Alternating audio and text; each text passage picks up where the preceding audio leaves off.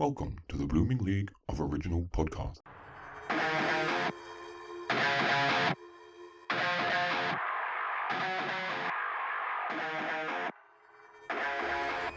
G'day and Merry Christmas. Welcome to this extra special holiday edition of Thrash and Treasure, the Torture Chamber musical podcast. That proves that musical theatre is in fact the dominant species. I'm your host Aaron, and not actually joined by Gareth this time because he's absent without leave. That's alright, we can do without him. But I'm not alone today. I'm with a guest all the way from across the other side of the Pacific Ocean. It is my absolute honour to say, for 2 Tony Awards, our very first special guest was introduced by none other than Audrey Hepburn and Angela Lansbury, Murder She Baked.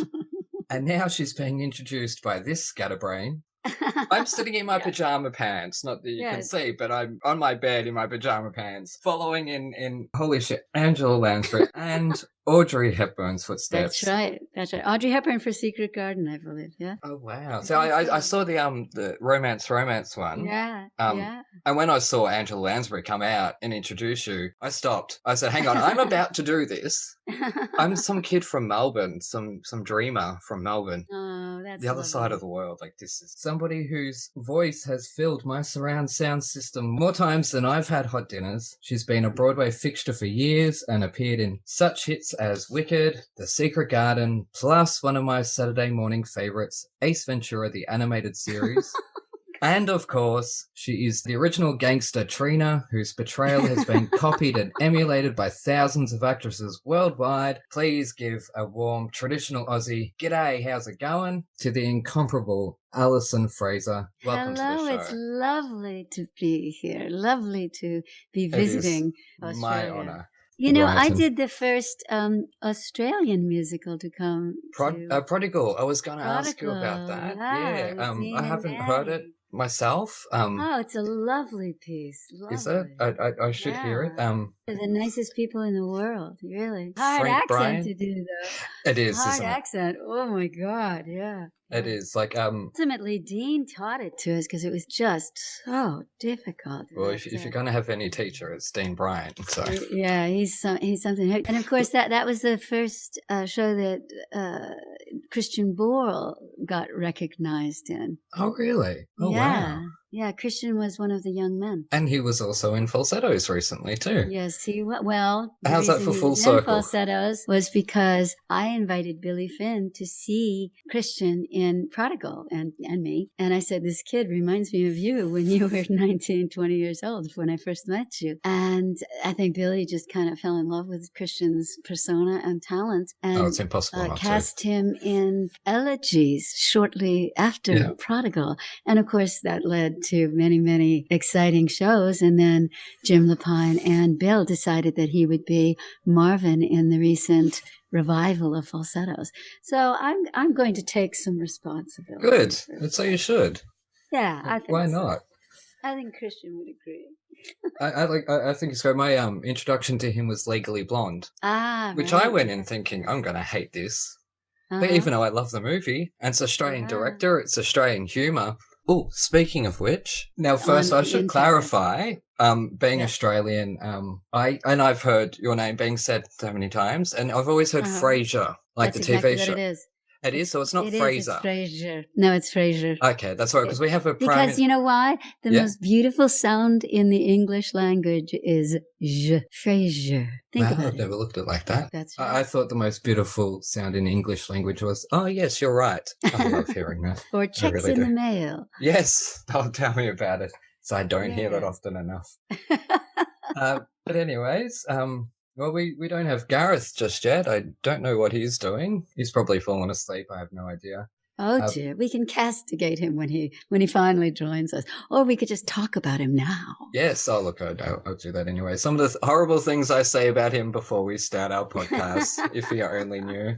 Actually, I'd probably say it to his Maybe face he's anyways. listening to In Trousers.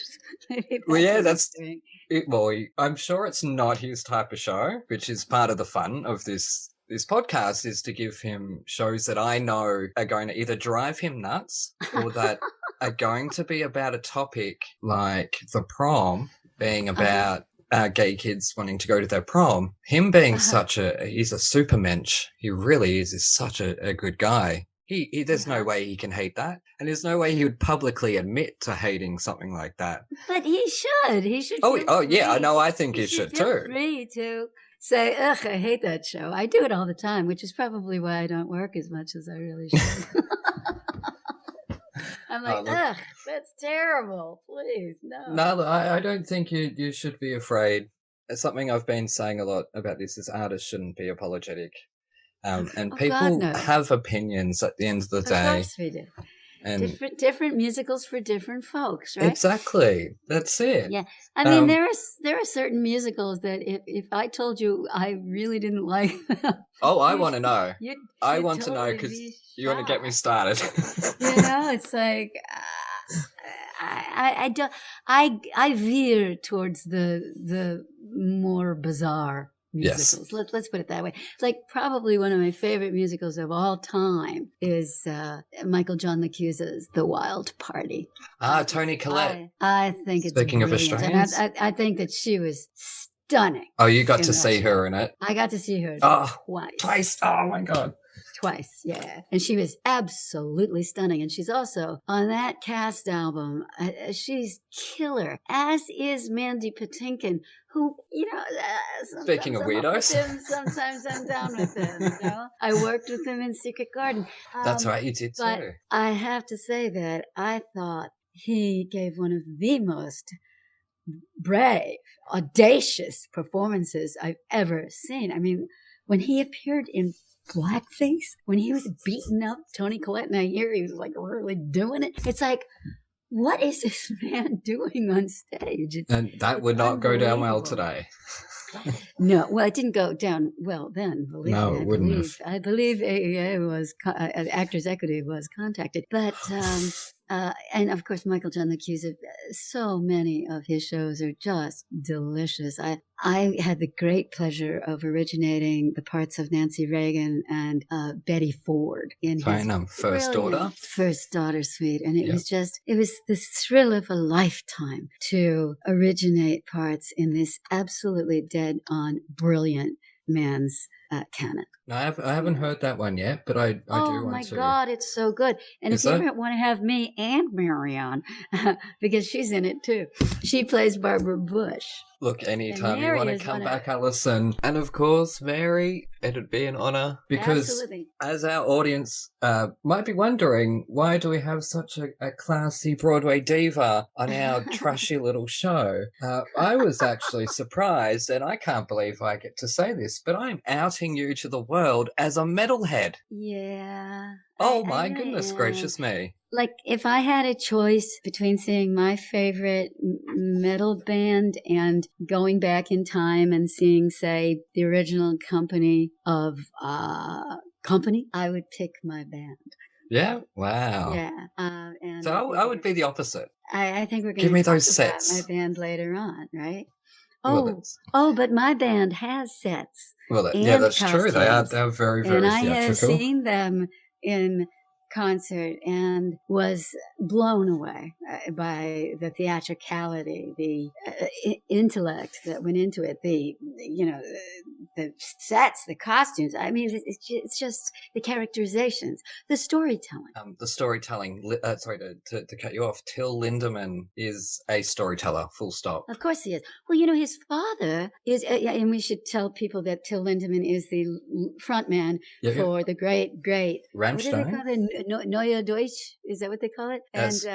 And I think it's called the New German or something like New Deutsche Harte or something. Neue Deutsche, I thought it was, but anyway, you see how terrible my German is. But he's the front man for the great, great German band Rammstein. Yes, and I love them, and I think Till Lindemann is one of the greatest performers I've ever seen in my life, and I know that a lot of people can't get beyond the sort of heavy metal vibe, and also basically the preconceptions that people have about this magnificent band. But what they really are is incredibly theatrical. And as Till gets older, he is getting more and more into the storytelling aspects, and his latest videos are unbelievable. It's like watching cabaret. I mean, it is, isn't it? The man's Yeah. body is completely covered with scars because he's constantly hurting himself on stage. I mean, he's got burns all over him because they use fire all the time. This is the guy that would wear this gigantic coat that has flames coming out of it. Wow.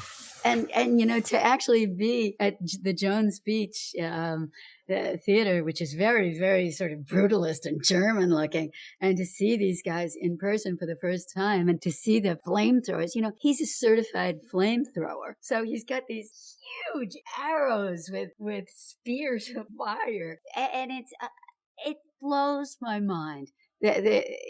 It's the most wonderful thing I've ever seen. That sounds like an insurance nightmare. It is an insurance nightmare, and I actually think they were cited for that in a couple of places in America. I'm also not surprised. For obscenity, because they happen to be very, very overtly sexual. They'll be like a giant penis, like a 10-foot large penis rolling across the stage, and then confetti comes out of it at the audience.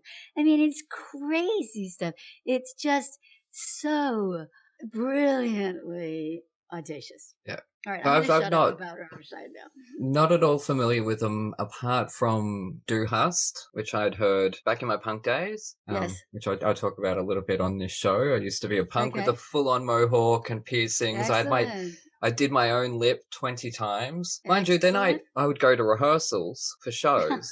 And the directors really couldn't take me seriously after a while, which is their So problem. who were your favorite punk musicians? I'm surprised you weren't more into Rammstein. Now let's have a look. Not that they were punk. I would say The Who, probably first up. Is a punk band? They are the grandfathers of punk. They started it all. And then Talking Heads, their new wave, though. Oh, Blondie, so the B-52s. My favorite was Elvis Costello. Oh, yeah? Elvis Costello, 77, man. Turn It Up or... Awesome. Pump It Up. Pump It Up, that's it. Pump It Up. And also, of course, Alison. He wrote the song, Alison, I know this world is killing you. So how can I not love that? Exactly. You see, no one's writing any songs named Aaron. It sounds awful in every accent. It's the most boring beige name I've talked about. I love many the times. name Oh Aaron. no, it's awful. It. Flatten it. It's the worst name. I hate it. Get rid of it. Just squash it down. So most people just call me bitch or Twiggy. So, anyways, this isn't about names. It's actually about Rammstein, which you... Rammstein. Rammstein, yes. I did a review recently in German. Yeah. Which was really? for... So you speak German? A little tiny bit. But I had 30 hours to learn a 270-word review in German. God. Which I then had 4 hours sleep, and then was given a half an hour warning when I first woke up to say, we're going to be recording this episode. So I have no idea how I sounded or how I did. Just to mess with Gareth, because he says to me, don't translate these lyrics. Okay, I won't translate the lyrics, but I also won't translate my review for you. So I did that, and he had no idea what I said. And I enjoyed it. I got a good laugh out of it. He was not impressed. I'm glad you had a good time. That was actually for Lindemann's album F&M. Oh, interesting. That's cool. Which I see the storytelling progression, and I bring it up in this. So what I'll do is I'll quickly run through my review, because we've got so much to explore of your career. And was this the first time you had heard Mutter? Yes. Okay, cool. I listened to it multiple times. I have to listen to things on repeat. Okay. I've tried not to be too sassy. You know what? You can be as sassy as you want, because you know who can take it? There's a few. Rammstein. Well, I'd hope so. Well, look, I haven't had any death threats yet from any of the bands that I have reviewed. I will be here protecting Rammstein. Awesome. So, okay, they are in good hands. You're here to make us look good. It. Okay, so when I first saw the cover, I thought, no, little bubba. Only to later find out it is a photo of a dead fetus. And I thought, oh, well, at least it's not chickens this time, I guess. Anyways, knowing Rammstein is German, I was a tad worried, as I've never spoken a word of German in my life. Okay, that's a lie. I know a couple of swear words. Anyway, within the first few bars of the thumpingly dark opening track, Mein Herz brennt, which translates as My Heart Burns, I wondered why it wasn't called My Ears Bleed. only to be shocked to find their music has an almost Pantera sound to it, and was even more surprised to find that lead singer Till Lindeman's theatrical whimsy, which I had encountered in his recent side project F&M, has always been there. Not to mention the fact that the song uses the classic German/East German TV series Sandmanken, The Sandman, as an inspiration for the lyrics. The Sandman being the longest running TV series in the world. It's something like 22,000 episodes or something. Like, who's heard of this? I had no idea. So you have definitely done your homework. Oh yeah, like I have to make Gareth look bad every week. I claim it's to make him look good. But... Actually, you don't, because he hasn't even shown up yet. So he already looks bad. He's doing that all well on his own. That's all right. Okay, where was I? This, as well as the song Sun, in which the music video contains an homage to Snow White, plus Lindeman's recent Hansel and Gretel musical, all leads me to believe that he has a fascination with myths, legends, and fairy tales, which is why his vocals come across more as a storyteller than a singer, something I didn't hear in F&M, the Woody Guthrie of the metal world, if you will, which all fits perfectly within the boundaries of Rammstein's style of orchestral metal, given that both genres are, and should be, dark and scary. I did find the placement of certain songs to be strange, almost poetic, but I wondered if they deliberately placed Hermaphrodite alongside the similarly named In Out, and why the song Adios, which in Spanish means adios, was the second last song of the album. Why not the last? This reminded me of Alien Weaponry calling their first album too. I could hear the influences from earlier bands in this debut effort and can see how the tone and nuance in Lindeman's voice may lead some to think about their creepy drunk uncles. That's not to say that's a bad thing. I'm so single, I'd even settle for a creepy drunk grandpa. So really, that's a step up for me. I give this album 3 stars for not sucking. Oh my goodness, 3 stars. Yes, I do kind of like the theatricality, as we talked about before. Oh, it's stunning. And also, the thing that I love about Rammstein is it's such an odd combination of that heavy heavy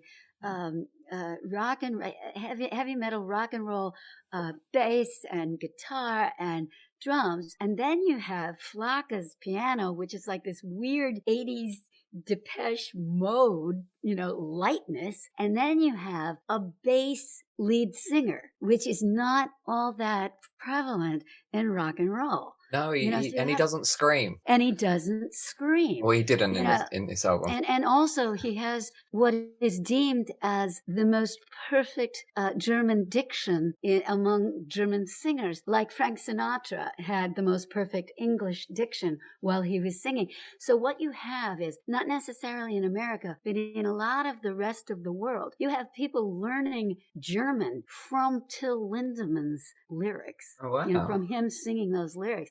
It's pretty cool. Yeah, I had no idea. When I'm listening to, I can picture my own stories, and that's why I listen to film scores, because I get to go on my own journeys with music I'm familiar with. Sure. So that's why I again didn't translate the lyrics, because I figured, well, I'll take the album for what it is. So I have no idea what the songs were actually about. But the song, which one was it? Links 234. That kind of made me really want to go out and bash golf balls on a golf course for some reason. Maybe well, the name it is Links. But then it was the thumping music that I just really wanted to just start bashing. I don't play golf at all. But yeah, for some reason, sort of every song did have a particular mood to it that I haven't necessarily come across on other albums in this little podcast experiment so far. Because a lot of it's sort of been very similar in a lot of ways, or a bit ambient.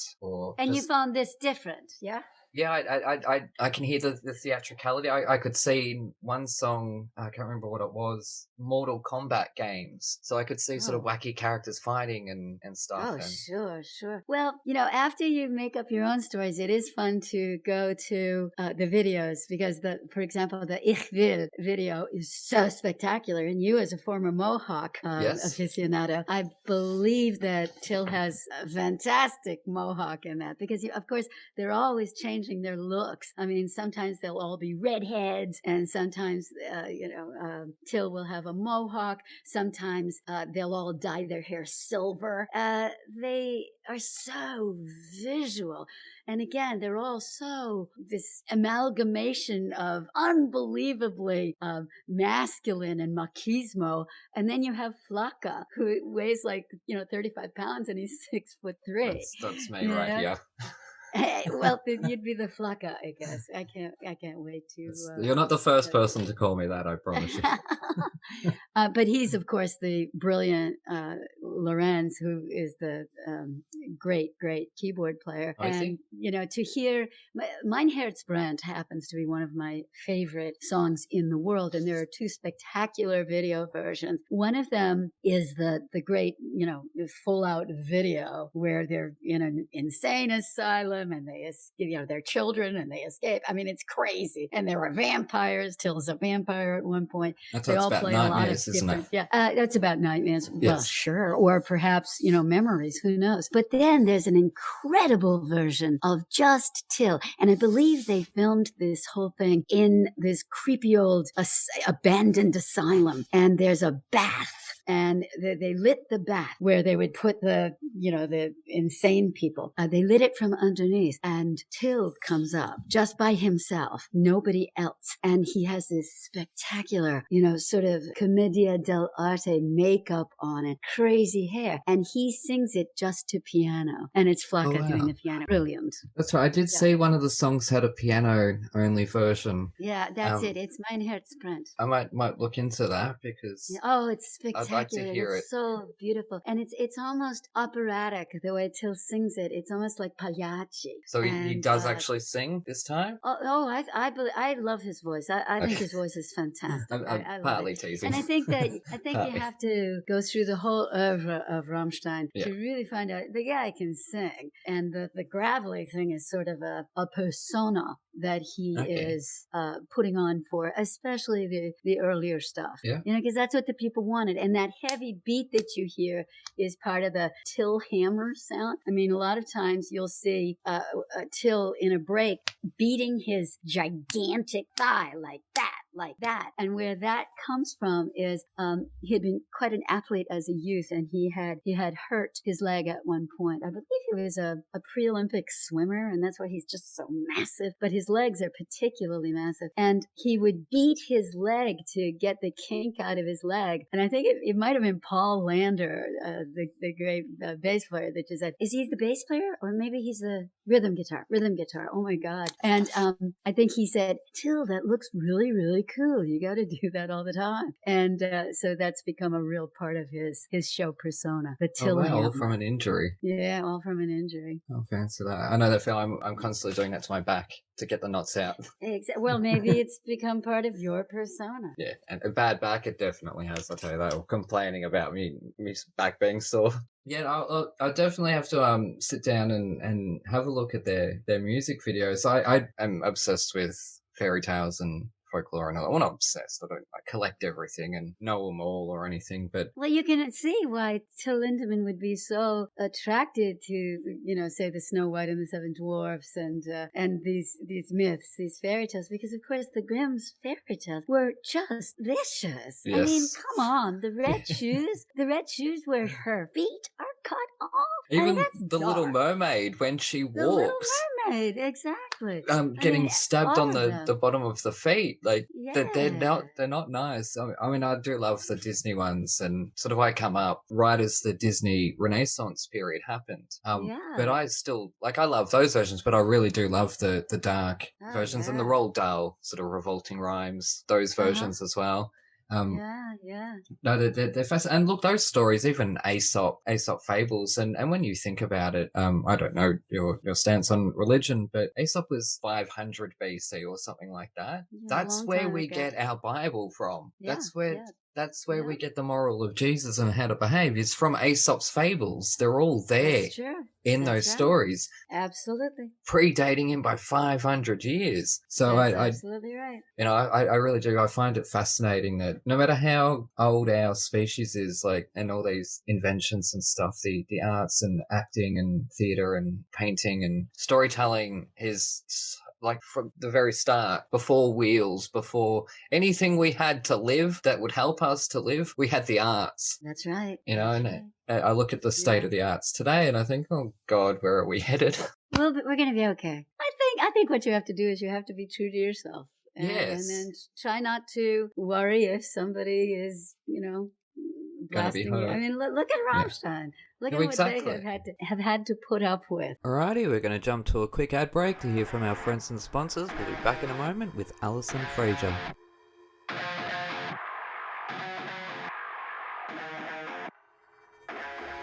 Coming this summer, winter, spring, or fall, the first ever musical theater sitcom, where you go behind the scenes of the latest West End show, the Fosse Forest Ballet. Where's the important stuff? Aha! £1,000 a week ensemble rate. That's what Mamma Mia likes. Starring Philip Joel and a West End cast featuring Kerry Ellis, Darren Day, Louise Demon, and Oliver Saville, and more. It all started in 1987 when I was a jobbing actress working at a diner. Yeah, it's just I had a really bad experience when I was touring Australia with a wombat. Darling! Mwah, mwah. La, la. How long have I been mentoring you? 3 months? 2 years. So her name is Henrietta. The horse. Yes. I've managed to secure you an audition for the biggest, most innovative, and the latest show to be going into the West End. Joseph and his Technicolor Dreamcoat. Think more along the lines of Panto. Frozen. You can watch this episode for the price of a coffee. Simply go to www.thefosseforestballet.com. Any and all profits go back to theatre charities, Acting for Others, and the Theatre's Trust. You'll laugh, you'll cry, and you'll see a grown man in sparkly tights. Tight nights. Nice tights.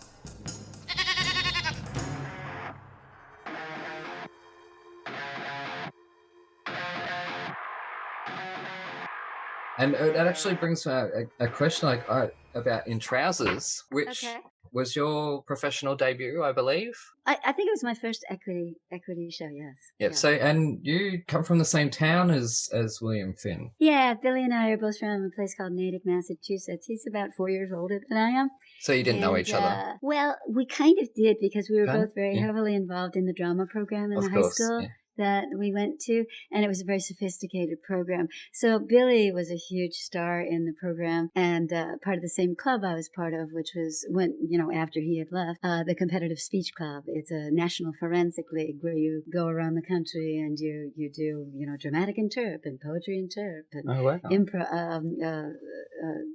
all sorts of different, children's literature, and you compete for medals.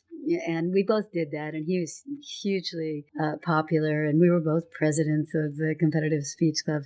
So we had one guy, Jerry Dyer, who was our drama teacher and the head of the speech club. So Billy and Jerry Dyer were very close, and so Billy kept coming back to see the shows after he had gone off to Williams College. And that's how he discovered me doing a show, and he liked my voice, and we started singing together. Oh, wow. So what was that like then? We go way back. To come from the same town, and I went to the same high school, and then also from that town was like Harriet Beecher Stower. She lived there at some point. That's right. Yeah, in South Natick, where my mom was from. Mm-hmm. Wow, like I learned that John O'Hurley, who had hosted Family Feud for a long time, he had gone to your school, and I'm thinking, God, you asked me what's in the water in Australia. What the hell was in the water in Massachusetts? But what was that like then to come from that town and then to get to New York together? with this show that, I mean, you had helped with the vocal orchestrations, obviously, so I'm guessing you were there. Well, it just seemed like a very natural progression because I had gone to a couple of schools that I didn't like. I went to Carnegie Mellon, I then didn't like it, and then I went to Boston Conservatory, and I didn't like it, and then I got cast in a show for Arthur Kopit that starred Raul Julia, and I moved to New York after that, and Billy was in New York by that time, and I found my day jobs, and I started working with Billy, at night and when I wasn't working, and then Mary Testa joined us, and those were the songs that ultimately turned into In Trousers within 2 or 3 years of me getting to New York City. So it just seemed very natural. It seemed very organic. And also because I'm sort of a square peg going into a round hole, I'm not necessarily somebody that's going to say, hey, we're doing Annie. Do you want to play Grace Farrell? I like to originate. Oh, speaking of which, we lost Anne Reiking recently. I know. I grew up with the movie Annie, and I did cry. Very, very, very sad.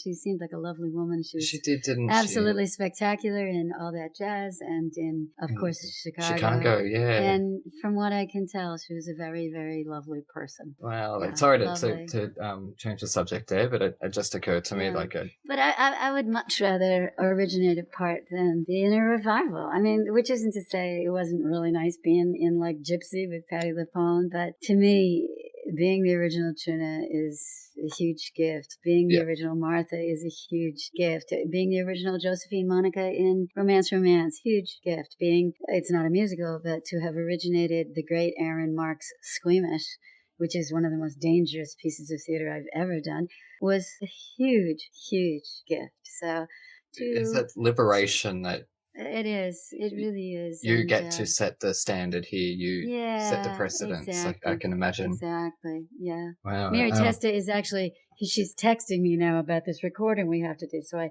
have to explain to her that I'm on a podcast. Okay. So g'day from Down Under. Okay. G'day from Down Under. The guy that I'm doing a podcast with loves you. The fans are lovely. And speaking of that, I can talk about something within Trousers in that a whole new generation has discovered this very sort of anarchic piece. I mean, it is a wild, abstract piece of musical theater, which is why I think it's by far the best of Billy's work. I love it. And the music just sings to me. And it's so funny because a lot of these kids think that album is sped up, and I'm like, no, it's not. And they'll argue with me, and I'm like, hun, I'm a primary source. I was there. I know exactly what we sounded like then. I have a lot more tapes. I have the rehearsal tapes. Okay. Oh wow. So I have an amazing archive of the old stuff, and so they have started doing all this In Trousers fan art. So if you go on I guess Instagram, if you go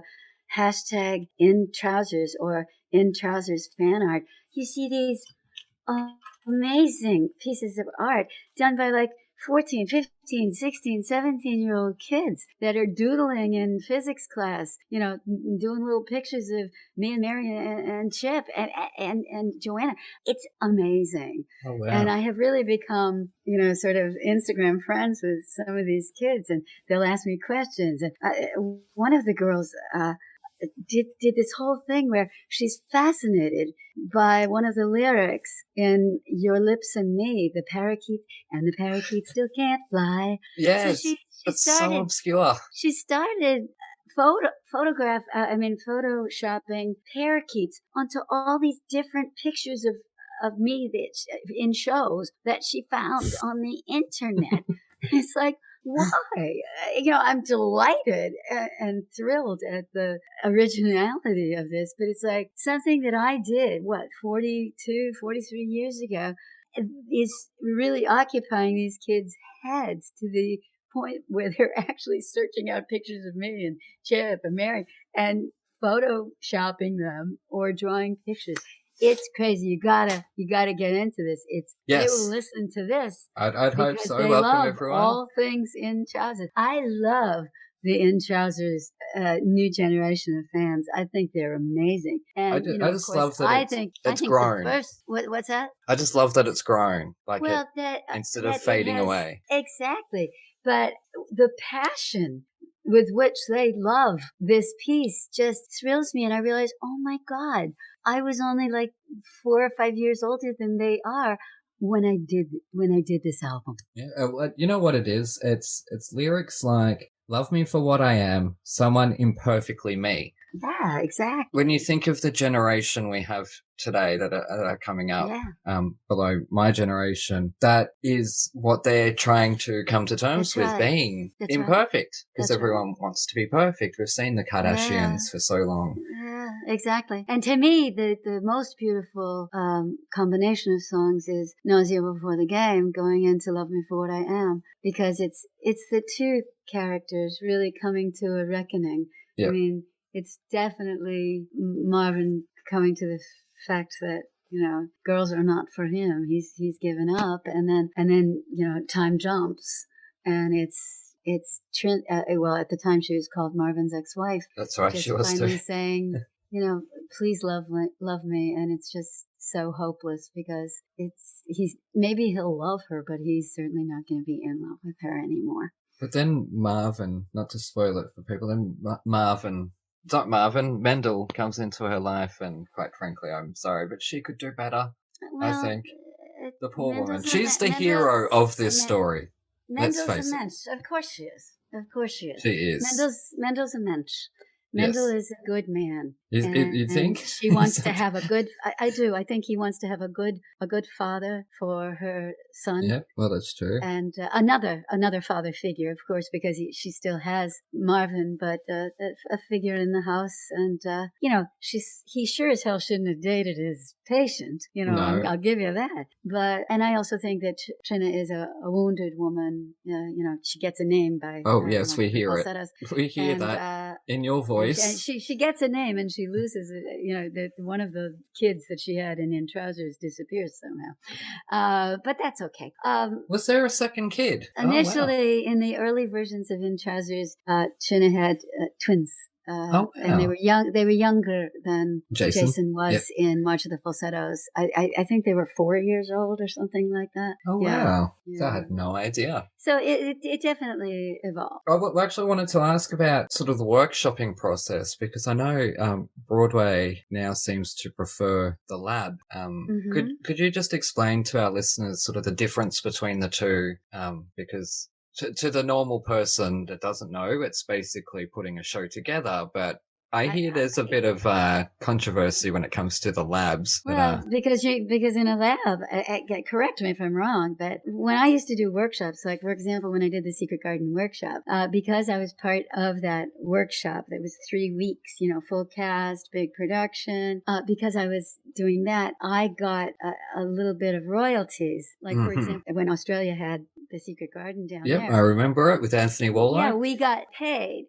Not a lot, but we got paid. But I'm not sure labs do that. No, of course, the way In Trousers and March of the Falsettos were workshopped was up in Billy's apartment. I'd go up there, and Mary would go up there, and Chip would go up there, and Michael Starobin would go up there. He'd do the piano stuff, and we'd sing this stuff up there. That was our workshop. Wow. It does annoy me that they're going with this lab thing, and I know a lot of artists are getting burnt by it, because that's, for a lot of artists, when you can go weeks or months without work, especially in theatre and film and TV. It's a bit of a slap in the face, I think, to the performers.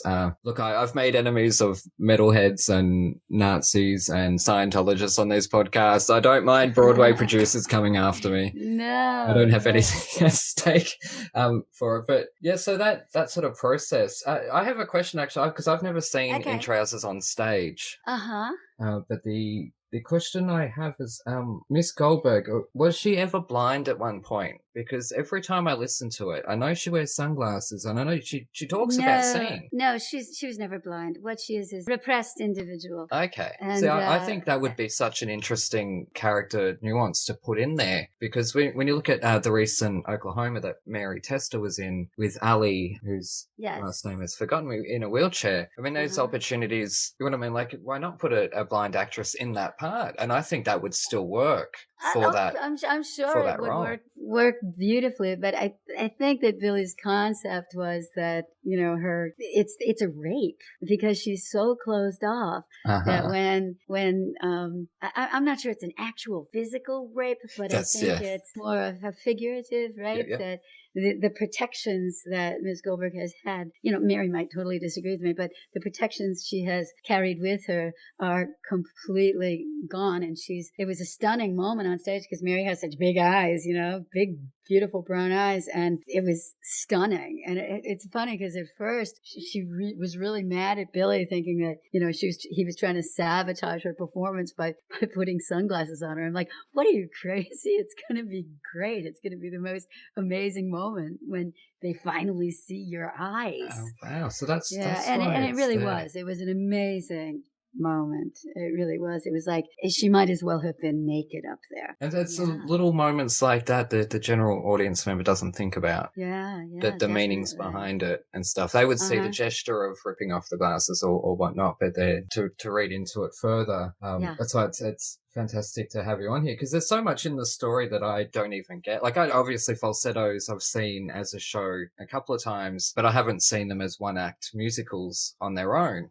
before. But they're much more linear. When Jim Lapine came aboard as a director, he really made it much more of a narrative that could be followed. And he made Jason 13. And again, at the time, I was like 25 years old. And it's like, I thought, oh, well, that's it for me. I mean, there's no way they're going to let me be the mother of a 13-year-old. But they were nice enough to keep me on board, at least for New York, which was great. And obviously, then you missed out on the third part in the story because you were doing the Secret Garden. I was doing Secret Garden, and I really did make that choice. But again, it was very, very nice that James Lapine asked me to do it. It was really an honor. But Faith was great. Of course, you're referring to Faith Prince. And then obviously Barbara Walsh took over the part for falsetto. And here in Australia, musical theatre fans or anyone who has seen Kath and Kim may be interested to know that Gina Riley, who played Kimmy, look at me, Kimmy, she played the part of Trina in the Australian premiere. So was that a tough decision to make, considering you had birthed this part, you had given voice to her quite literally? By that time, I think that I had moved on, and I knew that I had just had a baby, and Martha was such a wonderful, warm character. I really thought, this is where I should really be right now. And I had such a great song, that Hold On. Hold On, yeah. That's another through this wonderful thing called Sound Exchange Direct in America, I get paid sometimes $200 a month from Hold On being played on the radio. I mean, it's amazing. How many people contact me saying that song really helps me get through tough times. So I'm really grateful that I was the one that introduced not only March of the Falsettos and In Trousers to the world, but Hold On and, Martha in the Secret Garden. Well, there's a perfect show to have a disabled actor in. Perfect. I mean, with you have a man. Is it Dickon? You have both Colin, Colin who's in a wheelchair, and the father who is a hunchback. Oh, that's right. Yeah. Yes, I haven't read it or seen the movie in a long while, but I did want to see that musical. It's psychological too. That is Secret Garden. I mean, you have, Colin is incredibly depressed. Mary is depressed. The father is depressed. They are in deep states of angst and self-hatred, self-loathing, so it's really an amazing piece of theater. And that lends itself very much to musical theater, soliloquies and monologues and all sorts. I quite like that. It's not one that I have on rotation like I do the Falsettos trilogy. As I said before, I'm breaking down. Now I'm just going to confuse everybody. The song is called I'm Breaking Down. That is emulated note for note. The intonation in your performance, everything is done worldwide. It's so and funny did because you know that? I have to tell you, I never sang I'm Breaking Down in Trousers. Ever. Didn't you? But that's never. because that song was not finished by the time In Trousers was produced. But Billy and I continued working on it after In Trousers was closed. And then I believe when In Trousers was done in LA, it was in there. But then he decided to put it into March of the Falsettos. No, it was never in March of the Falsettos. Oh, wasn't it? I mean, it was a long time. I believe it was when Falsettos was put together that I'm Breaking Down was interpolated into it. But during Secret Garden, I did a wonderful, if I do say so myself, one of my first solo album was called New York Romance. And that was before Men in My Life and before Tennessee Williams Words and Music. But I do a solo album once every 10 years. So maybe one's coming. I know you've got Tennessee Williams. I was going to plug that at the end of the episode. I love that. But I have another one called Men in My Life, which is wonderful because I actually sing Passion of Rhoda, a song that was cut from In Trousers, with Billy Finn on that album. So that's very, very interesting. And I think they're all available on Spotify or original cast albums or CD Baby.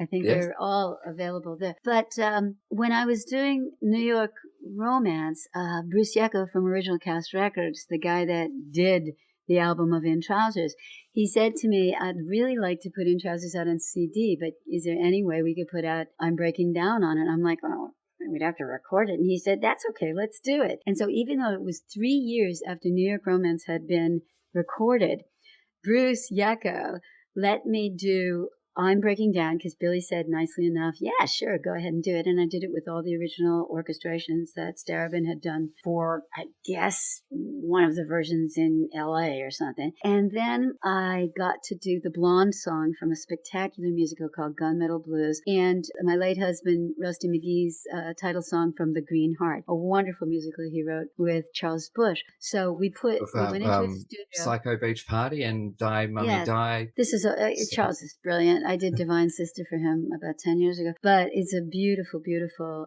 score to a very funny script based on a movie called A New Leaf with Elaine May and Walter Matthau. It's one of the great lost musicals. It was a disaster in New York, but somebody should really, really revisit that musical because it's great. And it's been totally revamped by Charles and Carl Andrus, his longtime director. But anyway, I'm getting off track here. Well, that's my favorite place to go in any conversation. We went into a studio, the same studio that we did the original New York Romance in, same musicians, and recorded those 3 tracks and put them on the CD. Oh, there you go. And for a long time until Stephanie did her great version, Stephanie Block, on the Falsettos, the Revival Cast album, that was the only recording of I'm Breaking Down. Oh, fancy that. But the only time I ever got to sing it live was when Playwrights Horizons opened their magnificent new theater. There was a concert version of March of the Falsettos and Falsetto Land, which had both originated at Playwrights Horizons. That's right. Yeah, and they decided to put in I'm Breaking Down in, and I got to sing it live. That's the only time I've ever done it in the context of the piece. Oh, wow.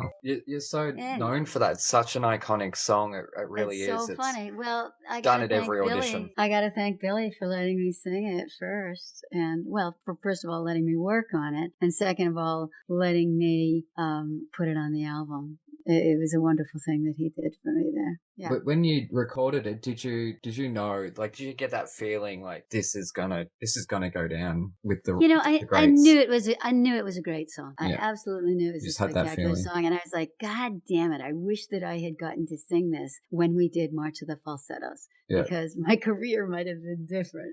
You're known for it here in Melbourne, on the other side of the world. Let's just say that. Mum's the word. We won't tell anybody that I didn't do it back then, because I think that it lends such a different color. It does. Trina, who otherwise in March of the Falsettos can come off as kind of a crank and a little bit put upon and a little bit abused. I mean, Marvin does hit her. But the interesting thing is that when I did March of the Falsettos on stage, when Michael Rupert hit me, I'm like, oh God, I'm so sad. And yeah, I'm sure acting terribly. No, not really. But when I did it in the concert, by that time, I had matured. And my initial reaction was to kind of laugh and feel pity for this man who had no other way of expressing his rage. Yeah. I remember laughing. I actually have an audio recording of that, and it's kind of like, what an asshole! Yeah. What an asshole! I mean, he's not the most likable character. Yeah, and it was like, and I felt much more than pity for myself. I felt pity for him and pity for poor Whizzer, who now had to put up with him. Oh, look, it really is such a fantastic show. William Finn is just one of those songwriters that I mentioned in our first episode with the line that you sing, "Pass the sugar, please. I dreamt last night we flew to China." The most mundane lyric I've ever heard. But that's why I love it so much. Yeah, but I'll tell you how that came about. Yes, please. Well, Billy this is my favorite line. Billy said, I'm glad, because Billy said to me and Chip, just improv something about having breakfast. And I said to Chip, "Pass the sugar, please." That's how that was started. It. Wow. See, that's exactly, it's just so, there's like no hidden meanings behind it. There's no here's the message we're trying to say. It's two people having breakfast. You can tell it's like maybe an awkward marriage going on or something, and the tension's in the air. And that's why I love it, because it says so much while literally saying nothing at all. But it's so incredibly mundane. Yep. It's so bland, and that's life. And that's why I love musicals. And that's why Gareth hates musicals. I am so sorry that I'm not going to hear what he thinks about this. Yeah, so I'll have to get him to record, and we will put it in the episode. So yeah, but you have to. I wish that I could react to it. I know, me too. Well, I can feel a depressing coldness in the air, so I don't think he's far away. I'll ask the questions that I have written, because I know you've had a chance to think about them. Having been replanted in the secret garden by the time the third part arrived, which are you more disappointed to miss, the bar mitzvah or the funeral? Neither. It would be the baseball game. Yes. I love the baseball game. It's hilarious. And I happen to know that it has a lot to do with Billy's past, because he wasn't the most athletic creature. A Jewish boy in Natick. He grew up in Weathersfield, which we called Little Israel. I'm sure that's not politically correct, but everybody called it that. Look, any show you can say it on, it's this show. Yeah. And his brother was a football star. So I know Mike Finn was this big, handsome football star. So I know where that came from. Oh, wow. Okay. Yeah. I didn't expect that answer. And that song that Dr. Charlotte sings, "Something Bad Is Happening." Thinking That's about a beautiful the AIDS. Song. Isn't it just, beautiful. Is that not just one of the most beautiful songs written in theatre because of what it's saying? It's wonderful. And of course it was, written right after the crux of the And you were in New York at the time, weren't you? Sure. I lost a lot of people, absolutely. Oh, shit, man. But one of the interesting little tidbits is the beautiful song, "What More Can I Say?" Yes. I sang that for Billy when the tune was used for a demo for Mary Poppins. He wanted to do the musical version of Mary Poppins. Oh, wow. So instead of "What More Can I Say?" it was, "After all, at the break of day, I must go in the most complete same way. It's nearly morning, the sun's begun to glow. Now's the time to run, time to fly away. It's been fun, really, in a special way." Oh my. Whoa, time out. Holy shit, did that just happen? One of my Broadway idols singing an impromptu, abandoned song, "Merry Christmas" to me. Thank you so much, Alison, that was beautiful. And to anybody who's listening to this, for the record, firstly, Gareth, thank you for not rocking up today. Secondly, I didn't want to leave this in the episode. That was such a beautiful, spontaneous surprise. I wanted to keep that for myself, so the fact that I've left that in the episode while I'm editing this at 5 o'clock on Christmas morning, Merry Christmas to you all. Anyway, enough of me, back to the episode. So, and I played this for Chip Zion the other day, and he didn't even remember that he was also on this recording. And of course, Billy revamped the lyrics, and this happens all the time. Get people you reuse tunes, and of course, you reused it beautifully. But the Mary Poppins version is pretty splendid. Wow. Oh, that's again that's a total exclusive and an Australian connection because Pamela Travers was Australian. There you go. But she said no. Well, that's why they waited for her to die. Yeah, exactly. Also, now, speaking of falsettos, which of the current crop of Hollywood actors, so you're not allowed to cheat, no Broadway actors, would you see in a film version of falsettos? I'm going to, again, veer away from your question because I think the really interesting thing to do would be to write a new musical and have Mendel and Marvin and Trina and Jason the age we are now. Wow. And so I guess Jason would be 40. And then we could have Whizzer and Steve Bogart still looks like he's 36, so he can play that part. And I would say that Jason should be played by, what's that guy's name on Big Bang Theory? I wrote it down someplace. Oh, Jim Parsons? No, Simon Helberg. I can't remember his last name. That's right, Helberg. The one that plays Howard. And he looks, and of course he plays chess and all of that. So yeah. I love, and he's hilarious and he sings. So that's my answer to that one. I did not expect that answer. Fantastic. You know what will happen is Hugh Jackman will get the part, which will be absolutely fine because I actually saw him in 1996, I think it was, as Gaston in Beauty and the Beast. Oh, he's wonderful, and he's going to be a wonderful Harold Hill. I hear that he's going to be doing some tap dancing, which I'm looking forward to. Yes, I cannot wait. Oh God, you'll get to go see him in that. I ain't going unless it's safe. So, well, that's true. Yes. Lord knows when that's going to happen. I know. People bloody wear their masks. I tell you. Which role in existence or hypothetical are you eager to sink your teeth into? Well, whatever role hasn't been written yet, that's going to be perfect for me. I like originating stuff. So if nobody's done it before, I'll do it. There you go. I have one for you. The Bonnie Tyler story. Bonnie Tyler, you don't do it, I'm going to die an unhappy man. Okay, I'll do that. I like Bonnie Tyler. You sound like her. You look like her. Absolutely. You have her passion. Well, she has your passion, or... Okay, we can share it. Yeah, you could do that as a cabaret show. You could do that with another person not playing, but you know what I mean, like telling their life story or whatnot. Like your voice would fit her songs so perfectly. It's not funny. Okay, well there we go. We have a plan. Yes, and look, if I put my hand up to write it.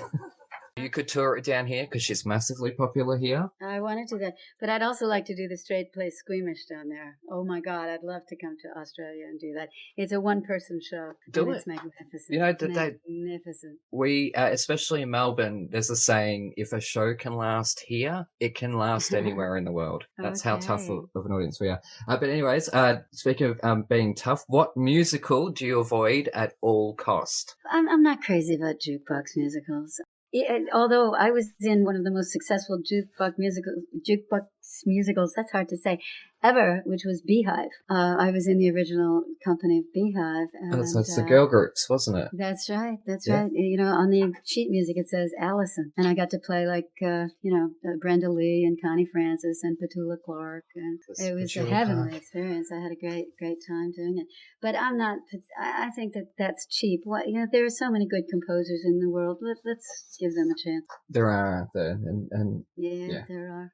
I mean, I can't begin to tell you how annoyed I am, but this year's Tony Awards, it's all jukebox musicals. Yeah, I'm just, and of course Moulin Rouge has that spectacular stuff, but it's like, I long for the days of discovering a Billy Finn. Yes. Just going, oh my God, all I want to do is work with him, or an Aaron Mark, even though he's not a musical writer. It's like, I like to hitch my wagon to future stars.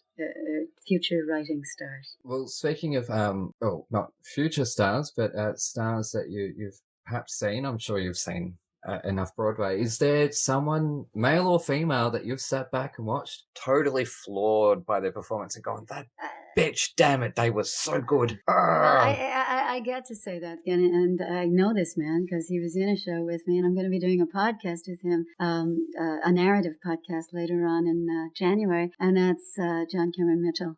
I saw Hedwig and the Angry Inch shortly after he opened in it on Broadway, and his last performance. And I've never seen anything so centered, so riveting, so honest, so exciting, so beautifully sung, so metal. It's magnificent. It is, isn't it?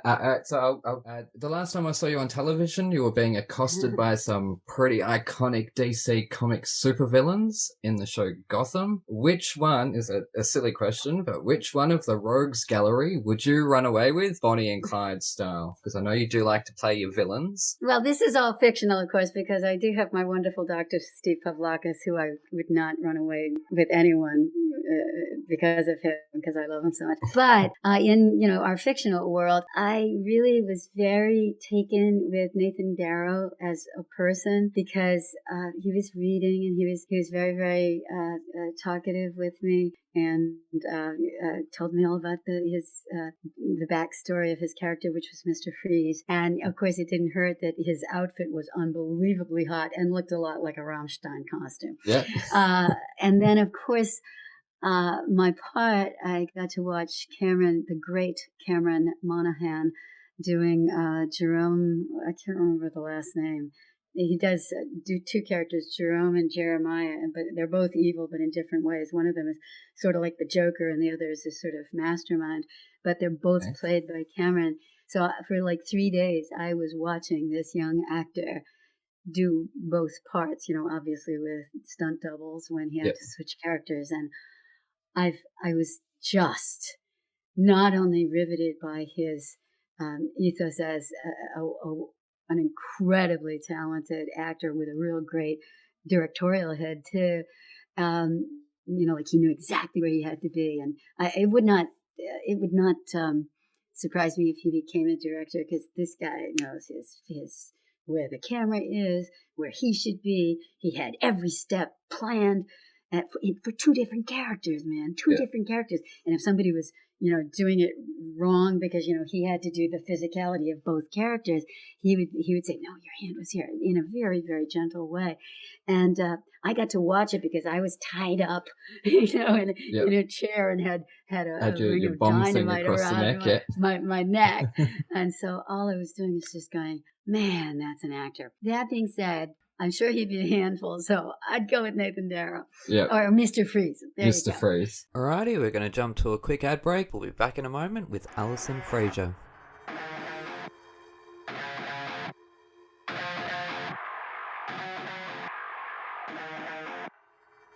G'day listeners, Aaron here. While you're topping up your coffees, did you know that you can support our show and go on a fantastically scary adventure at the same time?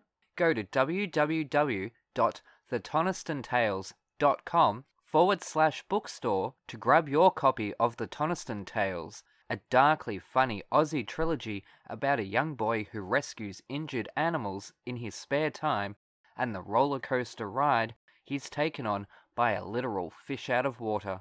Written by me, the village idiot of Thrash and Treasure, you'll come to love Toniston Turnbull and the dozens of wacky characters that he meets along the way. And here is a sneak peek. After barely 3 hours of light sleep, Toniston Turnbull slowly opens his eyes, his body feeling heavier than it ever has before. Not from extra weight, from tiredness and stress. Polly sighs in the shadows behind him, the flame of the nearest barbed wire tiki torch tower having died down, but not out, while Toniston napped. "Are you awake?" Toniston whispers. "Oh, how can I sleep in this place?" Polly moans, turning onto her side and facing Toniston, who stays on his back, imagining obscure animal-esque shapes in the rusted tin roof above them, shadows faintly formed by the nearest dying torches. "We need to work out a way to get out of here," Toniston states the obvious. He whispers, despite the fact the nearest shacks to their own are several meters away, and the occupants presumably asleep, as most prisoners seem to be.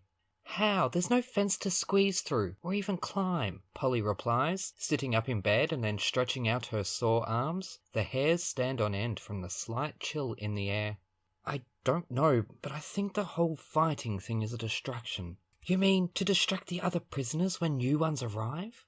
"No, I think that was just bad timing. Didn't you notice?" Toniston goes on to explain his theory. That fight happened. Everybody gathered around. I didn't see one person who wasn't watching. And then when I vomited, the only gate in this place closed shut. What are you trying to say? I think something happened when everyone's back was turned.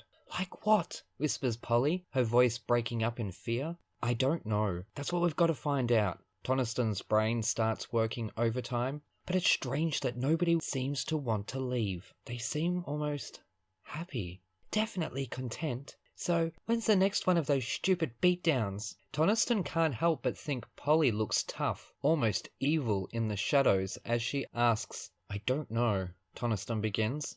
But both teenagers are distracted by a crumbling noise in the distance. Hopping out of bed, Toniston joins Polly on her own, equally uncomfortable one, spotting a large, white package hovering close to the cave ceiling, behind it a shadowy figure. The package is lowered down, causing the teenagers themselves to lower as well, hoping not to be spotted by whom or what may be operating this obscure crane.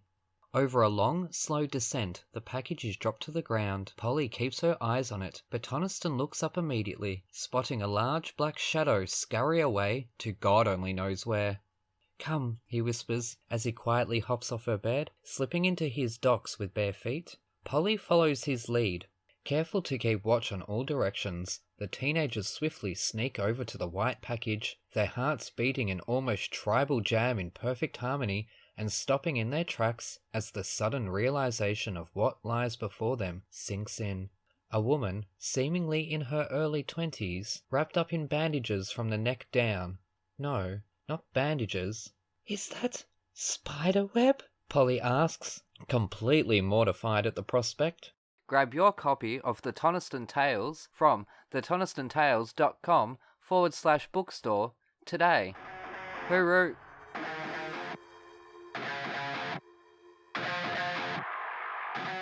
And welcome back to Thrash and Treasure on this extra special Christmas edition. I'm joined by Alison Fraser of all people, and look what the orangutan dragged in. It's my unusual co-host. I'm not quite sure if I'm here to make him look good or if he's here to make me look bad. Let's say huge Merry Christmas to Gareth. How you doing, mate? G'day, Aaron, and Merry Christmas.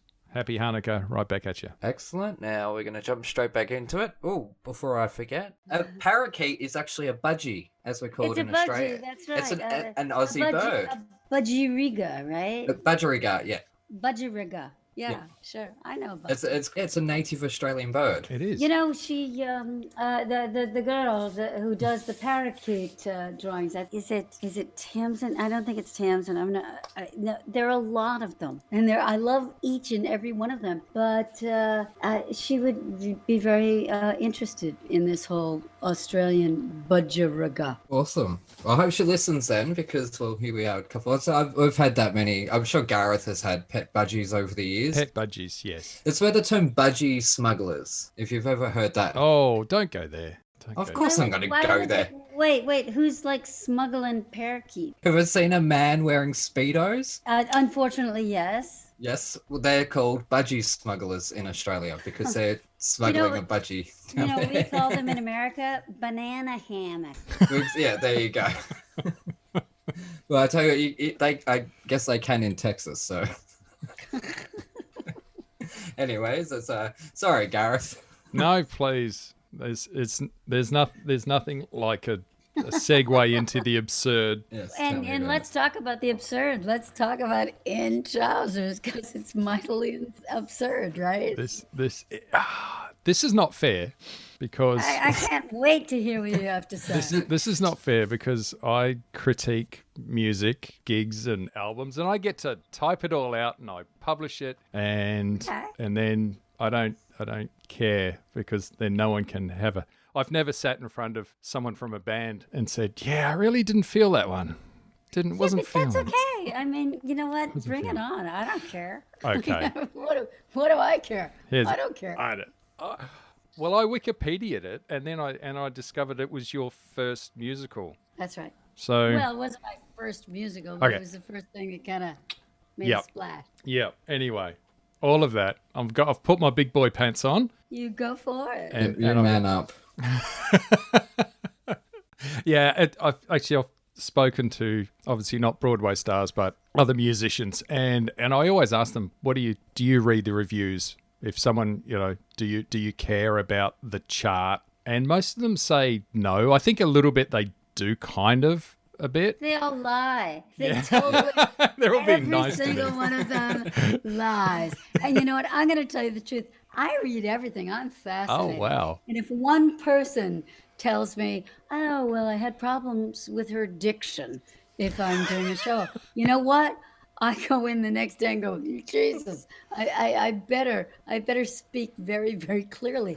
I think you have to read the good ones and the bad ones, and hopefully there aren't any in-betweens, because I'd rather have great reviews and terrible reviews and nothing in the middle. Yeah. I completely agree. No, I love it. I love the way that the internet has democratized the critiquing of any kind of artistic endeavor. I like that everybody has a valid opinion, and I read them. I absolutely do. That's how I got involved with this whole in trousers group online. It's like, who are these 15 and 16 and 17 and 18-year-old kids that are obsessed with this show? Yeah. But of course they are, because it's a show about finding yourself. Yeah, I know.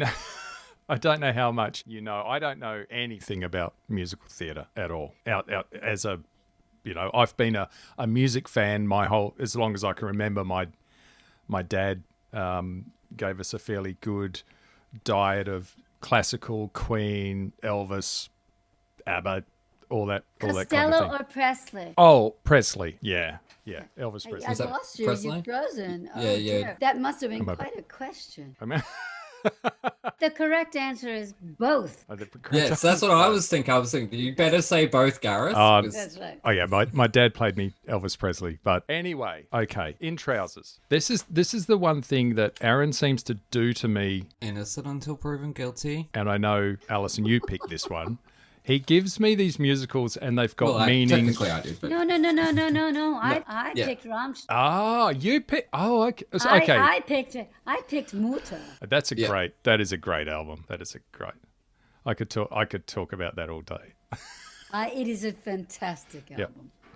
This is what happens when you sleep in. Let's hear about how much Gareth hates In Trousers. Yes, that's it. That's what I want to hear. So put your big boy pants on. I have, but in my defense, as I said, Aaron will give me shows, and I don't know anything about them because I know nothing about musical theatre. Okay. Although I'm learning so fast. Why is one of the questions I might ask, but okay. Why don't I know anything about musical theatre? No, why are you learning things about musical theatre? Okay, someone else had me the same thing. My youngest daughter, who just turned 15, is doing musical theatre. Oh, she loves happy birthday.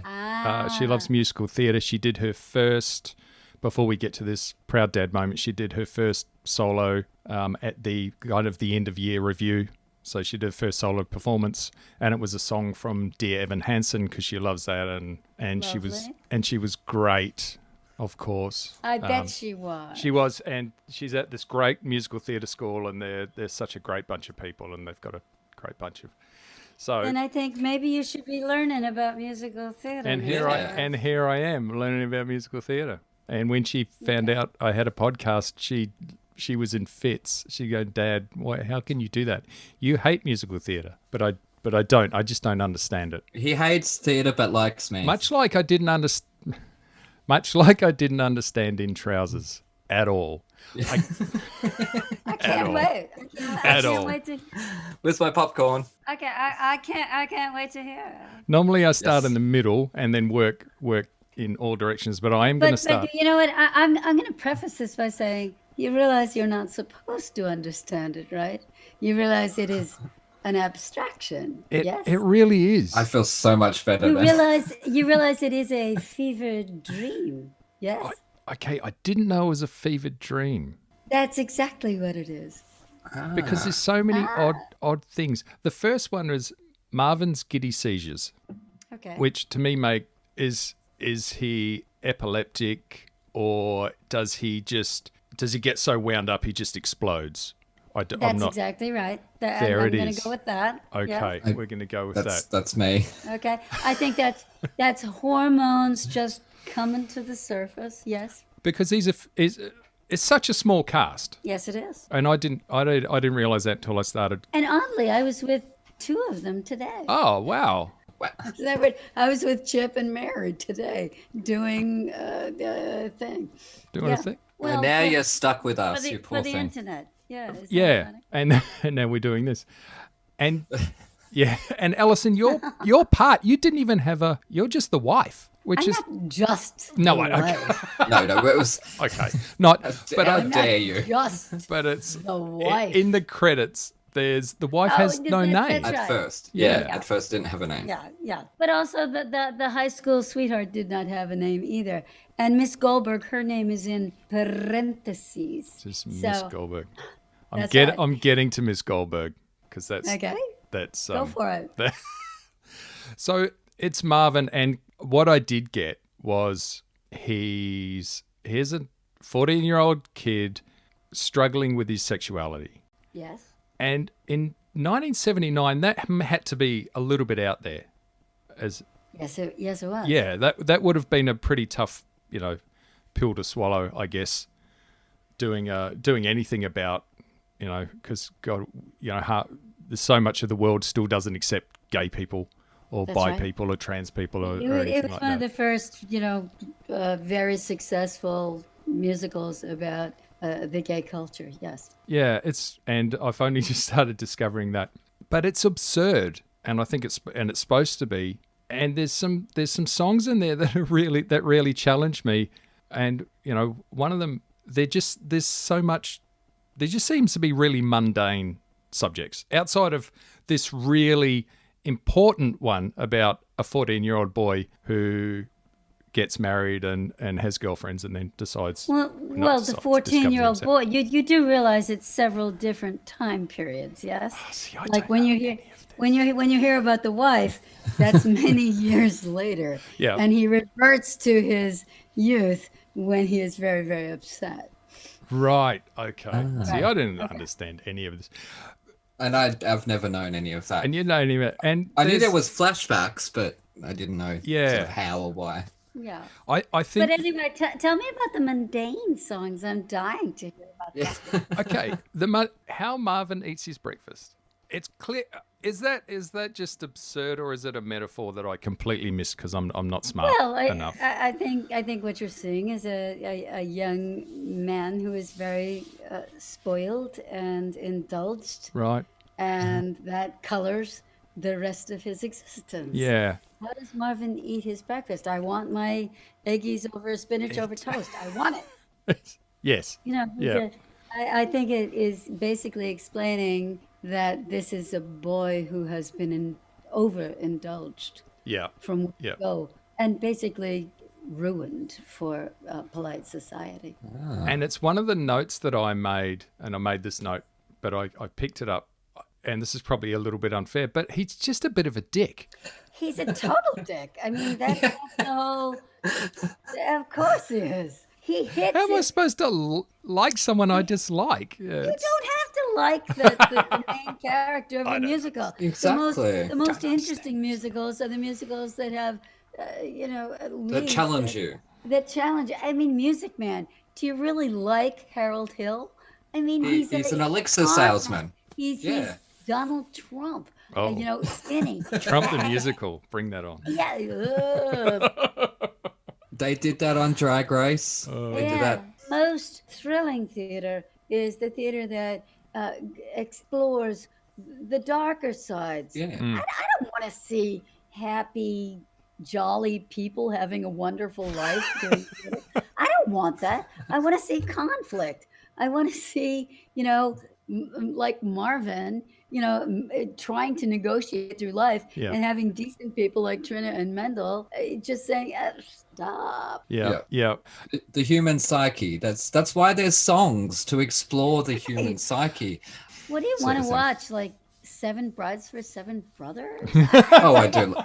I Well, do you kind of you love do. that though. You do. I I do don't. kind of. I kind of mean, love that. I don't want to watch it. I want to watch interesting stuff. You know. Yeah. Yeah. Okay, go ahead. No, I can.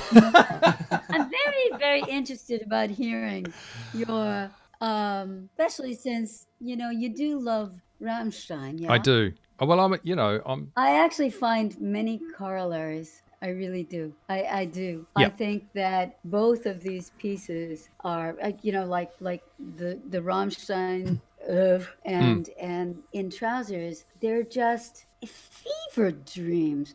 I mean, have you watched those Rammstein videos? Oh, Have you ever watched the videos of Yeah. Mein Herz brennt? So- Oh, they're all great. Yes, they They're were just quite so good. He's so good. He's so good. But I find Billy Finn very akin to the whole Rammstein ethos. I really do. Yeah. Because he does whatever he wants to do. It's Yeah. like how Marvin eats his breakfast. I want my eggies over spinach over toast, and Till Lindemann wants to do whatever he wants. I want to blow fire, and I want to have a giant penis on stage, and blow confetti all over everybody, pretending it's semen.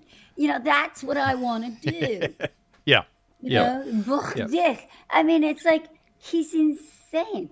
And the two of them, Billy and Till Lindemann, I mean, they're so overt with their sexuality. Billy wrote a song in Trousers called "Wizard Going Down." I was getting It's there. about a blowjob. I mean, It is okay. it's Just about wanted a to clarify blowjob. that. But that's what it is. It's like Yeah. Yeah. Oh yeah. that's Rammstein. That's Rammstein sex right there. I mean, Yeah.